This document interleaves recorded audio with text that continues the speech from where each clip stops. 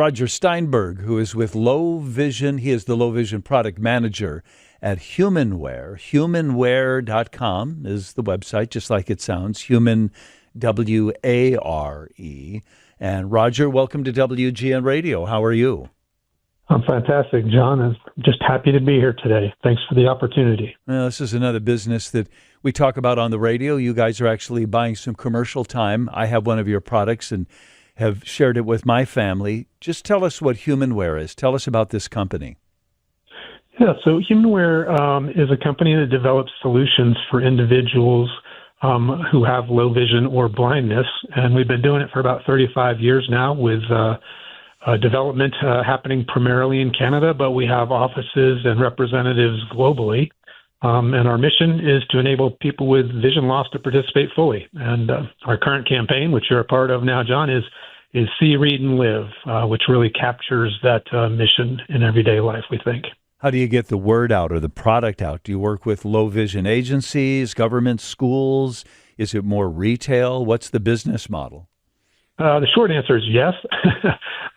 So we work a lot in education, but also with vocational rehabilitation for adult individuals in the workforce, as well as our Veterans Affairs administrations, helping our disabled vets who may be running into visual problems as well. And then we do have some business that we run through eye care professionals, or what we call ECPs. And so sort of hitting every mark that we can there.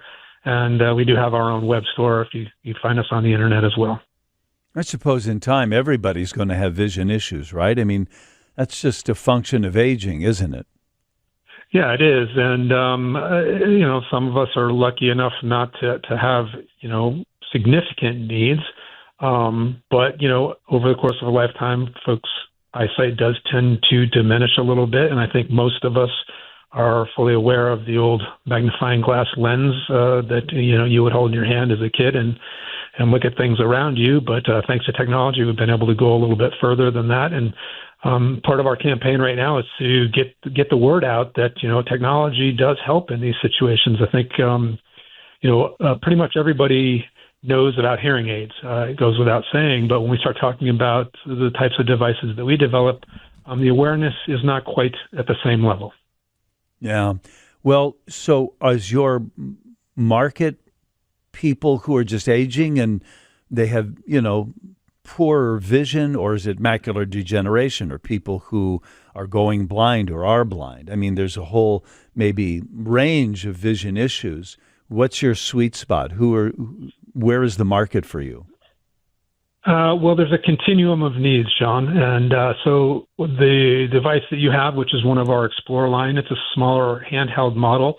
Those tend to be popular with older individuals who are losing their eyesight with age or due to an eye condition like macular degeneration or retinitis pigmentosa, and because they're easy to use. We want these devices to be able to power on immediately, a few buttons to press here and there and very few settings to adjust. That is really the sweet spot for older populations.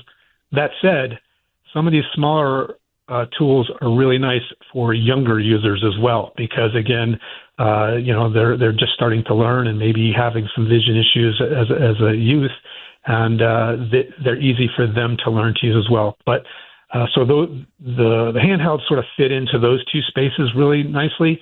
And then we go into some other options that we have available, all the way into software that you can load onto a PC, and then you can continue using Windows, your Microsoft Office and things like that, but really get into some advanced use cases, especially with folks that are in the workforce and experiencing vision loss. Yeah, right. Well, I have the Explore 12, but that's not... I don't know if you would describe that as a handheld device. It comes with a stand. Start with the small and work to the large. Just describe some of your products to us and how they work. Sure. So we have the Explore line, and you have the largest of the Explore line family, which is the 12-inch model. It's sort of a 12-inch tablet size that can be both used in a stand that unfolds to raise it above the tabletop surface so that you can place things underneath and either read, magnify what you're looking at, or do things with your hands but it also removes from that so that you can slide it across the desktop. So say somebody that wants to study maps, they could be looking at old maps on a tabletop with that as well. There's a size below that, which is an 8-inch model. Functions the same way, same unfolding stand, so it can come up above, but your screen size is shrinking down to 8 inches. So those two are very similar in nature, in that they can be used in a stand or in a handheld fashion. And then the little brother of that line, if you will, is our Explore 5. It's a 5-inch handheld model. It has a fold-out handle, so you can hold it much like you would that old digital or analog lens that you might have held as a kid, or many people do use those. But the nice thing about the technology is this tool can go from 2 times to 22 times when you're using it, as opposed to whatever you have in your hand is going to be very limited range. That's so logical. It's like a handheld magnifying glass, but now it's a screen rather than the circular piece of glass you're looking at.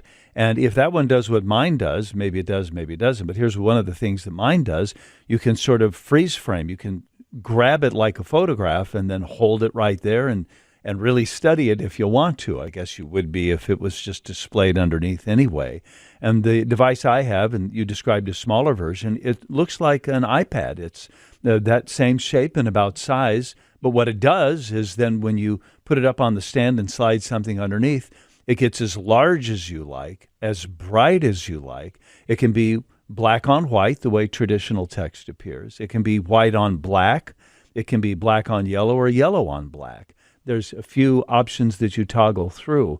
One thing I remind people about with your stuff is that, by the way, I'm talking to Richard Steinberg, who is the low vision product manager, Roger Steinberg, who is the low vision project manager at a company called HumanWare, is how easy it is to operate.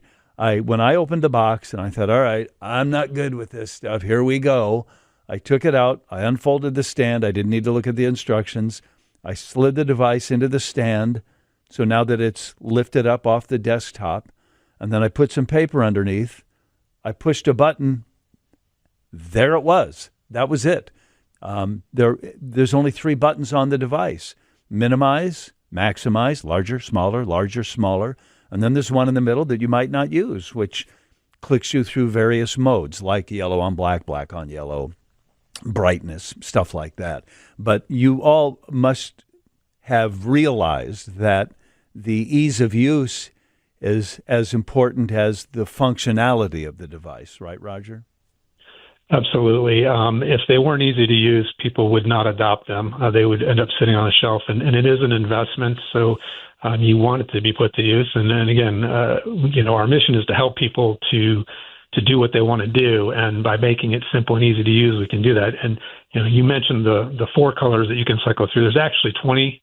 So again, we've done a good job of, 20, if you will, keeping the settings under the surface from you, so you don't have to get engaged with those if you don't want to.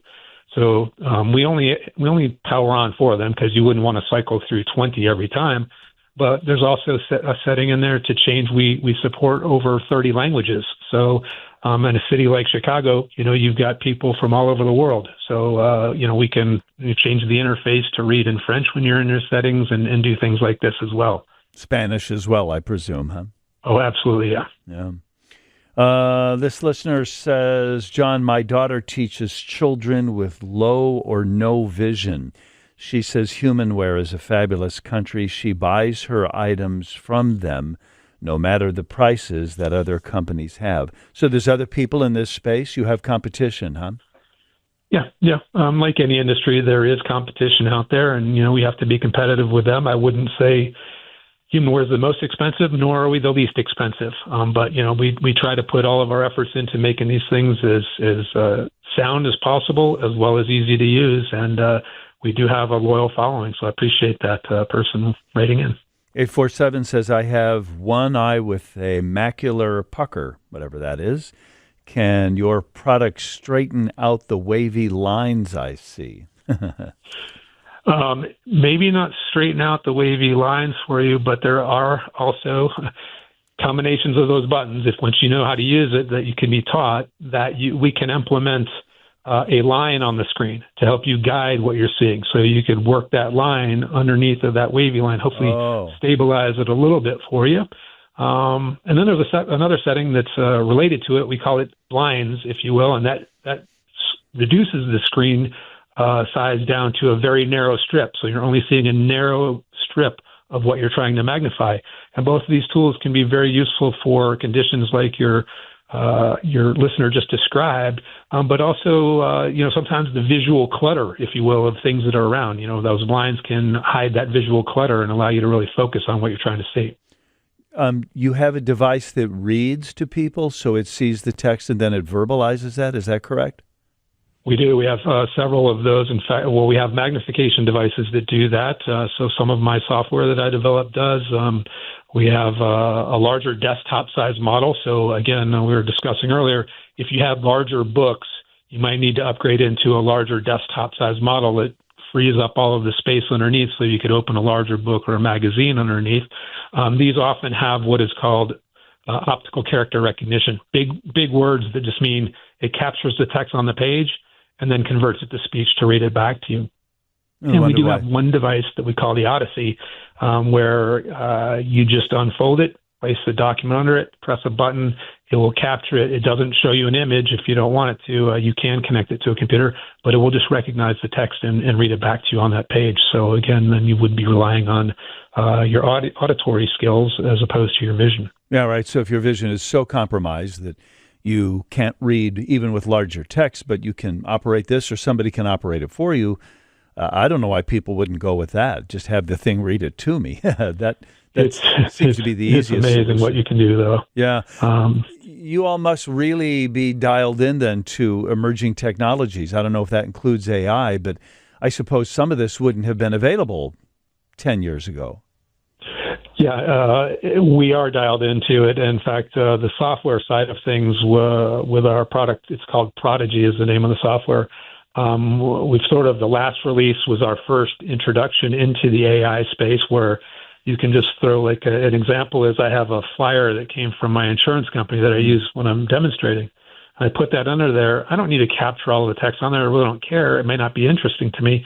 I just put it in there and ask the AI, what is this document about? And it tells me, it's this new prescription program. I can decide if I'm interested or not in a matter of seconds now. Wow. So, I know that that's something I can do online with websites or internet searches. I could feed the document and it would do that for me. Not an AI search on the internet, but rather it would read what's in front of me and give me the summary the way AI now does, right? Yeah, we're using AI on the back end, but we've got it all contained into a secure environment. So it's not, it's within our contained system, very simple and straightforward and easy to use, large fonts on the screen and so forth. In what product does that option exist? So this is our newest software that we've developed. It's called Prodigy for Windows right now. It's a Windows-based software solution. And we just, you can pretty much use any document camera that's on the market, but we have one that we've optimized for, but they range in prices, but you can just place it under the document camera, ask a question, and get an answer back about whatever it is that you're looking at. It's a whole new world. Indeed it is. Roger Steinberg is the low vision project manager at a company called HumanWare. Once in a while you hear me talk about them. We posted a video of me demonstrating this. I don't know how well I did as your model, but I thought if I'm going to talk about it, I'd like people to see it. That's on my Facebook page. I'm WGN King John on Facebook or the WGN Radio Facebook page. But their website is humanware.com, humanware.com. Okay, Roger, really interesting. I'm glad you guys are doing what you do. In the commercial I say, my mom loved to read, but she has been unable to read. Devices like this allow people like my mom to read again, and that's more than just a toy. That's reclaiming part of their lives, isn't it? Absolutely. It's isolating, and again, it sort of comes back to that hearing aid thing and not knowing about what's available to you. But it's isolating. You start to cut back on things that you used to love to do, and this allows you to re-engage with activities that you love to do. HumanWare.com, Roger Steinberg. Okay, Roger, nice to meet you. Thanks for your time today. Hey, John, thank you so much.